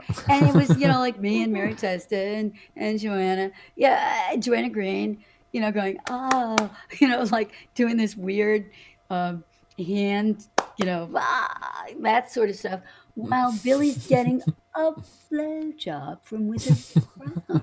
And this was in 1978. Yeah. I was. Okay, Yeah. go ahead. Because I was getting to that one because first I had to get over breakfast, and then the breakfast over sugar, which I heard as Pass the sugar, please. pass the sugar, Which please. I've been crediting to William Finn all these years, and now I But it have to wasn't. credit to Alison because There you go. that's the greatest line in musical theatre because it is so mundane. I don't need to reiterate. Yeah. Anyways, But when the mundane creeps into a relationship, that's when the tragedy starts. exactly. I mean, exactly. Yeah, that's why I love it. It's just it is so perfect. It really is, Yeah. and there's some really good lyrics in musical theatre that have meaning. Yeah, I was getting to Wizard Going Down because I was going to say, and I had to sort of work this out of my head. I go, are they really talking about this guy getting a blowjob? It has to be. It can't be anything Of else. course they are. I mean, what else is Wizard Going Down about? I know, Of and, course it is. and so as much as I didn't understand it, I was starting to understand it. And look, for me, the music is a little bit because it's not my genre. And I think one of the things, because I'm a metalhead and we're quite simple people. Yes. That I understand if you're going to do that to heavy music, and to me that makes sense because you're expecting this is heavy and this is going to be a little bit out there and this is going to be crazy. The music on this is beautiful and it's such a great. There's some very cool, and if I'm going to go back to Set the Sails, the saxophone in that, I just absolutely love because saxophone's there's nothing cooler. Kids, boys, if you want to get the girls, play the saxophone. Forget about the guitar. Play the saxophone. It's a very, very cool instrument. Yeah, get a sax and a perm. And I don't know about the perm. I don't know about the Sorry, perm. I'm shutting Well, up. though. we have to give credit here to Michael Starobin, who was the orchestrator Yeah. and brought all those wonderful people in.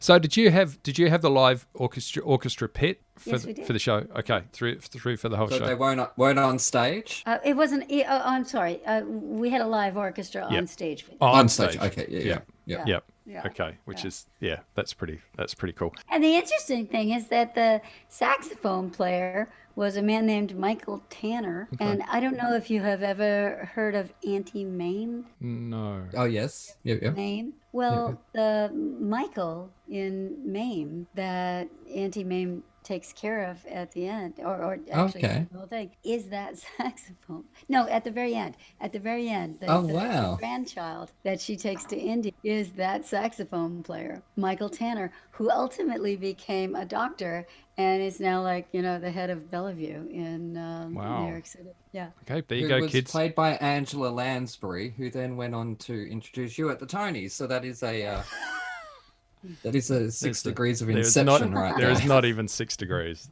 There can't be 6 degrees. Yeah, it Okay, always more in comes back down. trousers. And more in Anyway, trousers. more in trousers. Okay, so we're moving on from the blowjob, and I got that. Here's one I really, really struggled with. And I think I struggled with the title of it straight away as much as the content, which is The Rape of Miss Goldberg. And because rape is such a strong word, and I'm thinking, how is this a metaphor for, and am I completely missing it? Here's a 14-year-old kid that's hitting on his teacher, and as a former 14-year-old boy, yes, we all had that teacher that we had a crush on. So hello to my former maths teacher in high school, and I won't name you. But Oh, bugger. but we all had a crush on her. Let's be honest. I really struggled with that. Okay, I think that the word rape for a long time was taken in a metaphorical sense. Like, look at the Fantastics. There's that whole big rape scene in the Fantastics, which now they take out. I don't think the rape of Miss Goldberg is a physical rape. I think it's exactly what you said. I think it's a metaphorical rape. I think when he takes off her glasses, he's basically bearing her persona, which she has kept undercover. So I don't think it's a physical act. I don't. So, relax, Marvin, relax. And again, I think it all comes into that. Here's a young boy who doesn't know where he fits. Am I gay? Am I straight? My hormones are completely out of control. Right. Yeah, I just spend, as most teenage boys do, just spend most of their teenage years just floundering around trying to find where to fit in.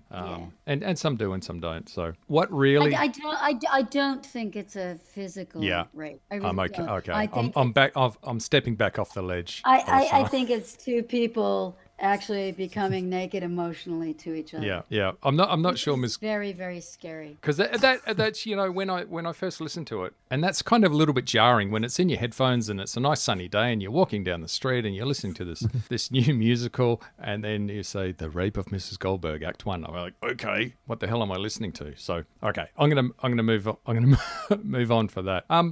Another one. Marvin takes a victory shower. Scrubby dubby dubby.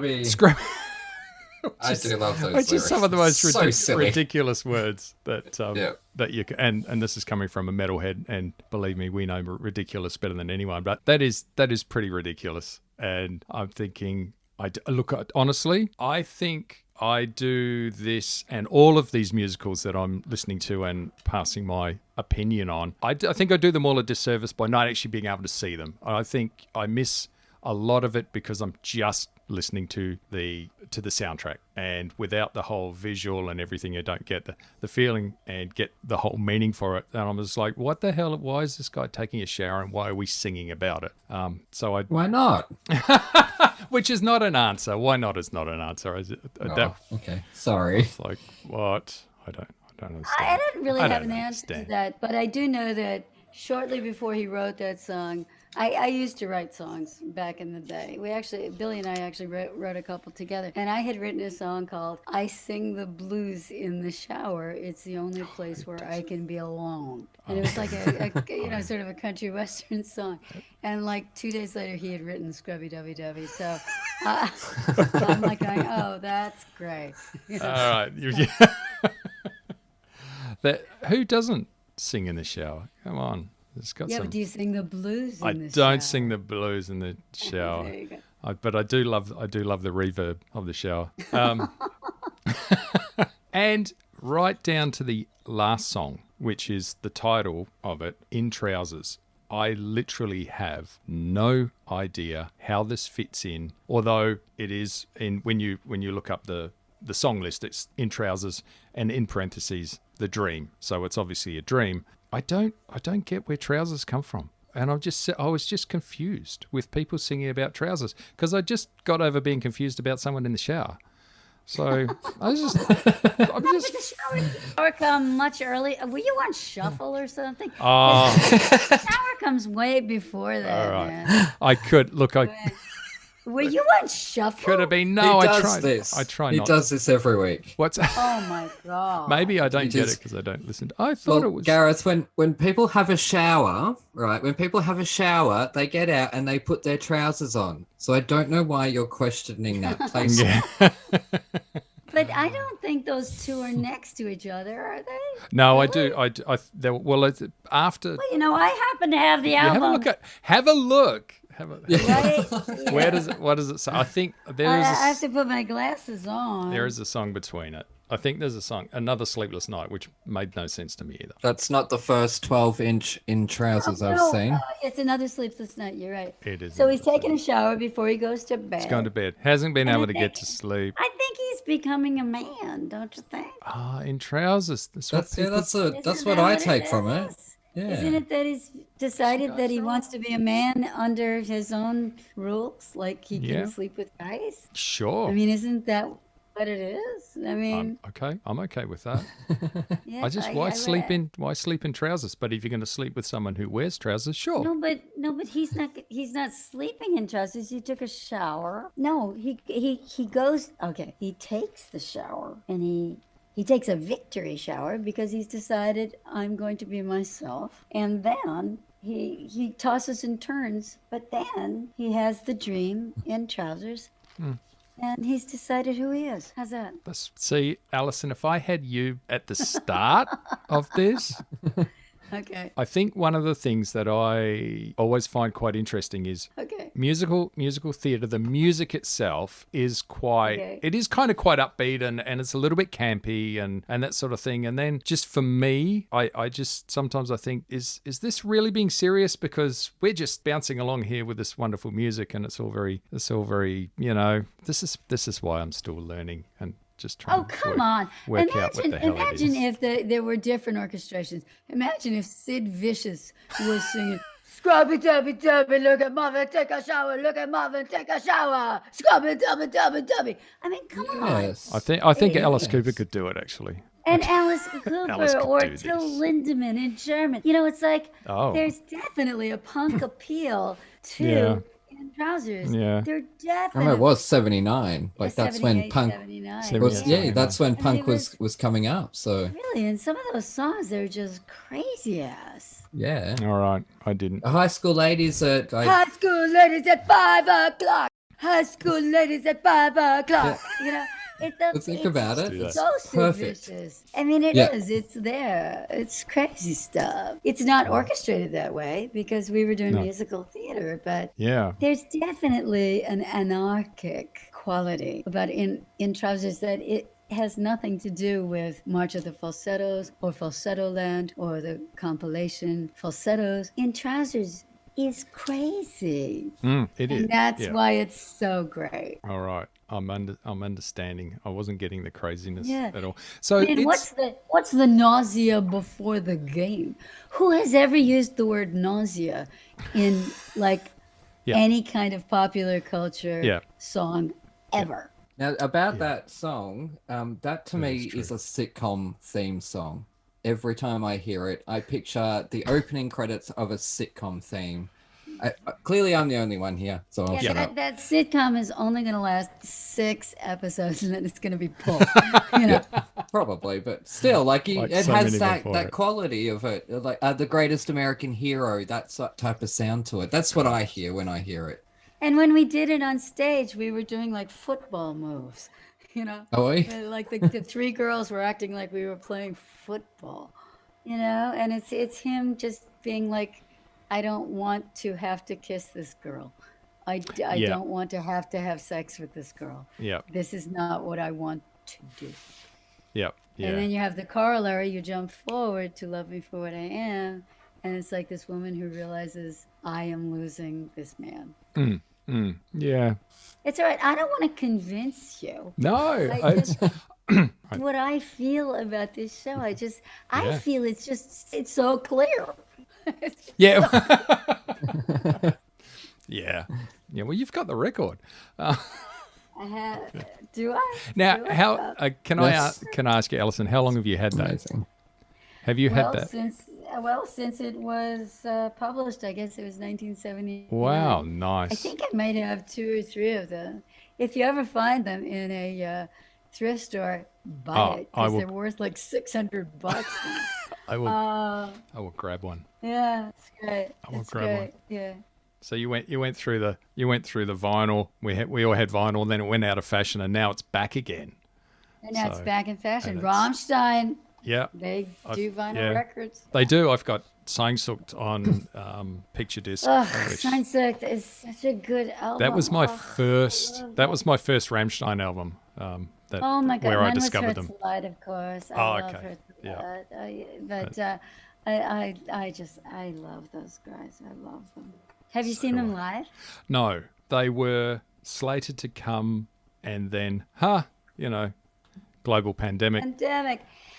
They're spectacular. Yeah, it's it's one thing that it's everything you've ever Yeah. wanted. Theater or music yeah, or yeah. anything. Yeah. It's amazing. yeah.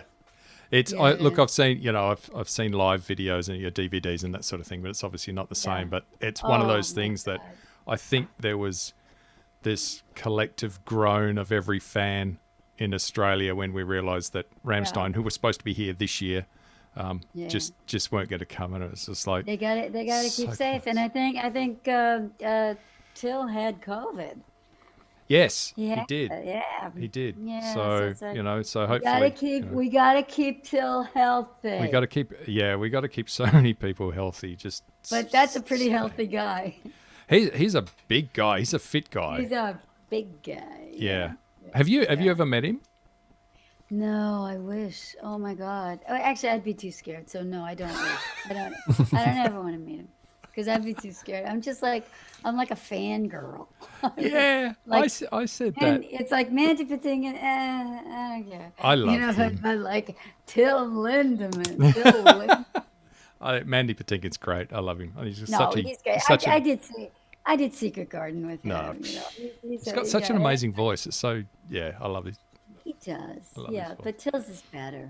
I used to be Don't Meet Your Heroes, and then I met Rob Halford from Judas Priest and interviewed him Oh, Um, lovely. 2 years ago. Yeah, wow, now 2 years ago. And he was just the loveliest guy. Just walked in and made They're you all so comfortable. They're just guys that are doing their job. Exactly. Well, The that's thing it. that kills me about Rammstein is everybody thinks, oh, they're neo-Nazis or, anarchists. It's like, no. No. What they are family guys. They Yeah. all have children. Yeah. They're all, family men. Yeah. Hey, Yeah. people, it's a show. we're just putting on a show. They're putting on a show. That's it. Yeah. Anyway. I'm just going to tell you, I struggled with In Trousers, just Okay. generally. So, would I go and see it? I don't know if I would. I don't know if I'd go and see it if Okay. it came out again. It's I don't think it's really kind of I don't think it's going to, you know what? That's I my think thing. that was a bubble in time. yeah. And Yeah. they keep changing it every time they try to fix it, they make it worse. So I think that album is actually the most you're ever going to get out of that show. But the odd thing is that I have in my possession pictures. I have contact sheets of the original In Trousers. So it's like a stereopticon in time, going back in time. And it's an astonishing physical production because at the end, throughout the entire production, it was very, very minimalist. There was a giant Venetian blind, we're talking 20 feet high and 10 feet wide on the stage. And then at the end, in the dream, the In Trousers, the dream, living in trousers, that whole thing. The girls all went behind the Venetian blind, and we went through a back exit. And then they raised the Venetian blind to a completely clear stage. We had disappeared. Oh, So the girls nice. in his life had Have all got, yeah. disappeared. Yeah. Ah. Yeah, it Yeah. was beautiful. It was and people were like, yeah. That's one thing I discovered when I was sort of looking into it. There has been different versions of it, and they've added songs, and you're saying no, forget all the added songs. The only In Trousers is the In Trousers on the original cast album. As far as I'm concerned. And there it is, people. I'm primary source, so there you go. Yeah, don't argue. Don't argue. That's how I feel about A New Brain. The original compared to the recent one, I feel like they added too much into that. But the first one with Mary in it is exactly. Don't mess with it. Don't mess. Don't Yeah, George Lucas and Star Wars. But anyway, stop messing with it. Well, Jared, I hope that I have opened your eyes in some way to. Oh, look, this has been fantastic. As I was admittedly a little bit nervous, coming face to face with the original cast member. But it's been such an honor, and it's been amazing just to hear your thoughts and on just explaining what's going on, because I honestly have no freaking idea. So, but what I will say is I think this story, much like so many, it's still relevant today, and you could put it on again as it is. Might not be my thing, but there will be. And I think this is when you're saying there's all these 15-year-old kids and teenagers that are still loving it. It's because it's still relevant. All you have to do is go #In Trousers, and you see this astonishing group of people that have glommed onto this thing that happened 42, 43 years ago. It's amazing. Oh, it's was it that long ago? But I think it's about insecurity and trying to find yourself and realizing that other people have had the same kind of insecurity and the same problems in trying to find themselves. And they're sitting in physics class, drawing pictures of me and Mary and Chad and Joanna. It's like crazy. It's like, seriously? That is great. I have never seen That's the great. kind of psychological reaction to a show. And I've done a lot of shows, but this one resonates in a way, and I think it has to do with the fact that it deals with a pubescent kid that is really, really trying to find out what the hell is happening. And a lot of the itchiness that you heard in how Marvin eats his breakfast, how Marvin takes a shower. It's like these are the normal things in life, but Marvin approaches these things in this antic way. He's trying for normality. It's not happening. Yeah. So, and now I understand. I'm wearing a hat. Marvin takes a wife because he's like, here I am now. I'm normal. Well, he's trying I've got to my be hat normal, on. I've got my normal hat on. He's married. He's Yeah. gay. I'm putting my He's heterosexual gay, hat and on. He's wearing a woman. Yeah. And he's gonna make her life, not particularly nice. And he's got a kid with her. Yeah. He's living a lie. And it's like, it's very sad what he did to Jenna. I hope she survived. It is sad. I hope she found a nice straight guy that did the right thing by her. There is two more to go. So this is the first of a trilogy. Yes. So there's two more stories to go. Is it? What? No. Is it the first? Is it the? Yes. Oh yeah. Well, it's only been done as a trilogy very, very few times because nobody knows what to do with In Trousers. Leave In Trousers alone and do it the way it was originally done. Don't make it into a narrative. It's a fever dream. That's all I can say. And that's the charm of In Trousers. I mean, here's my chance to survive the night. I love that song. That's kind of deep. Yeah. Can't you imagine Till singing it in German? In German, that'd be everything. Everything. Yeah, I've got some German friends, and they would obviously they would speak German to their children, and they all spoke both English and German. And when they would tell their kids off in German, and I would turn around to my kids and say, "You're lucky we're not German, because getting told off in German sounds twice as bad as getting told off in English." So, and it didn't matter what it was. So. Any other questions about In Trousers? Have I scared you? I'm terrified. I got an education, and that hasn't happened since I left high school, maybe. So, but thank you so much, Alison. Oh, it's been lovely. I do apologise for sleeping through, but it was I think it was. I have forgiven you. Thank you. Look, don't feel bad. I accidentally slept through my cousin's wedding because I didn't want to go. I slept through a chemistry exam once. I think. So it happens.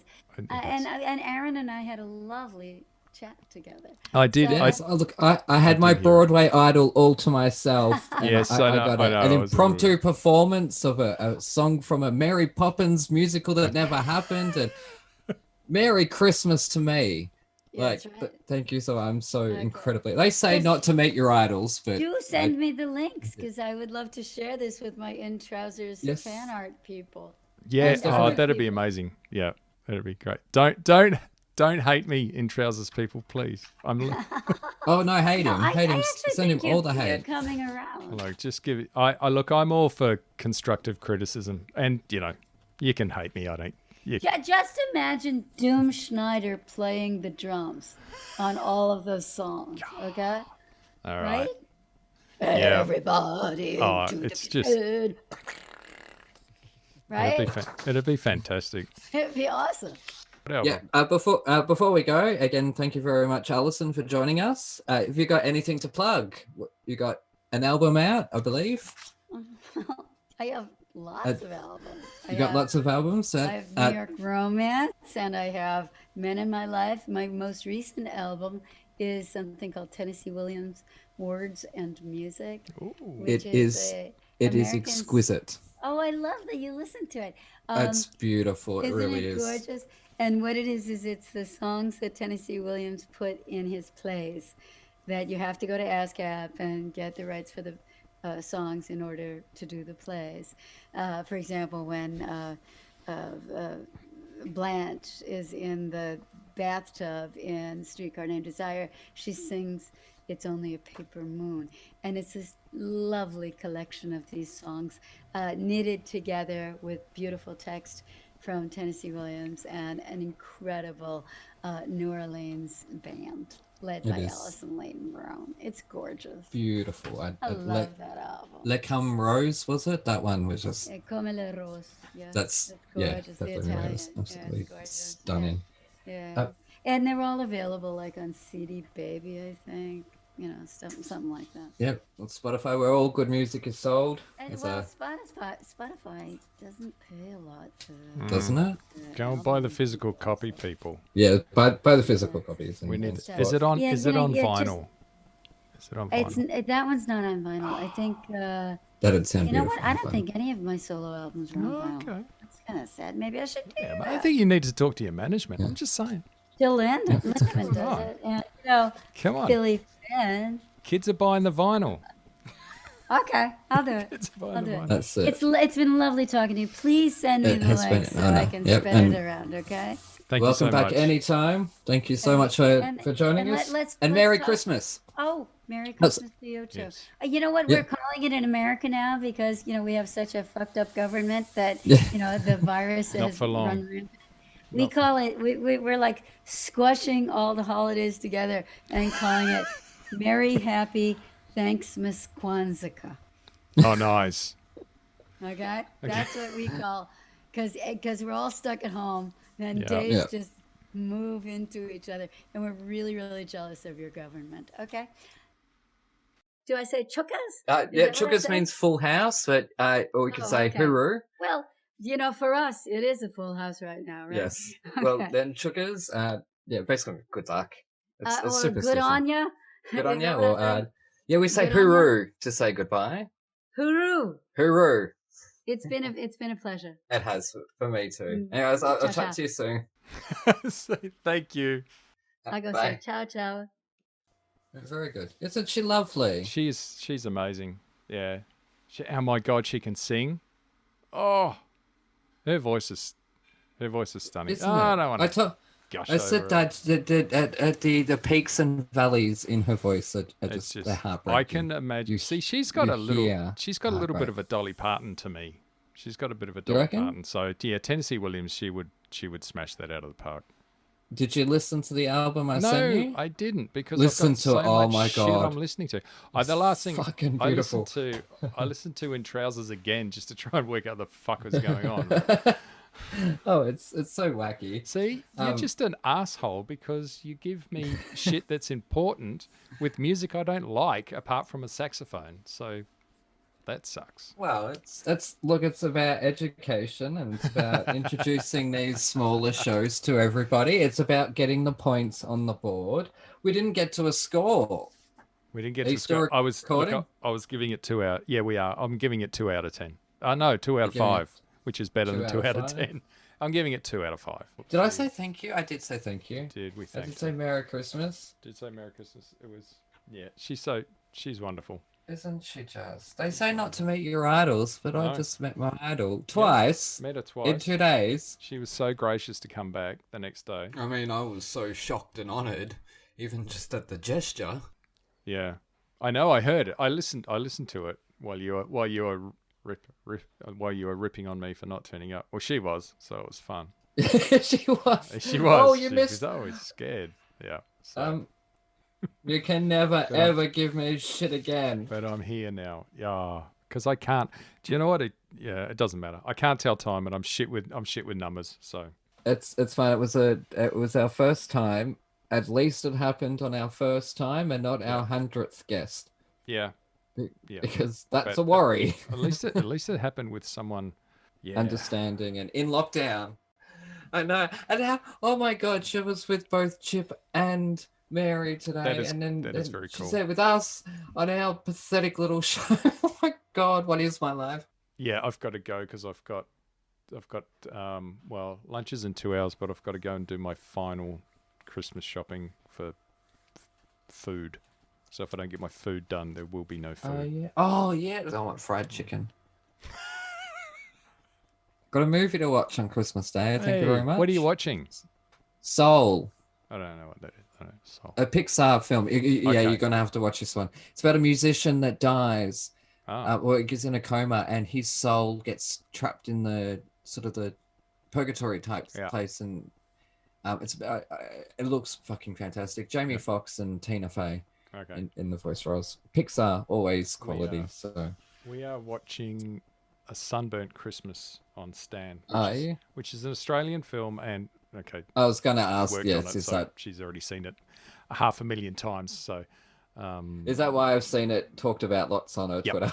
if, I pretty always know much, when she's worked she- on something. Yeah, she always promotes even the stuff. Yeah. She always promotes the stuff that she's worked on because it's Australian and we need the Yeah, why not? we need the arts and we need the film industry and That's it. all that. No, all that sort of- I all that completely sort of agree. shit. The next thing she'll be promoting is the Wiggles, so look out. That's okay, She as works long on as Emma's still in it. Emma's still there. Yeah, Oh, good. yeah, That's all right then. yeah. Oh, All right. And on that note, Emma gonna wiggle out of here. A special thanks again to Alison Fraser for joining us. Make sure to follow us on Twitter at Thrash and Treasure. Follow us on Patreon at Blooming Theatricals. Also by the Toniston Tales to help keep us afloat. Make sure to go follow Alison at Alison Fraser on Twitter. Check out her albums, support local theatre, support musicians, support artists. You take care, have a Merry Christmas, and we will see you next time. Okay. Hooroo! Ciao.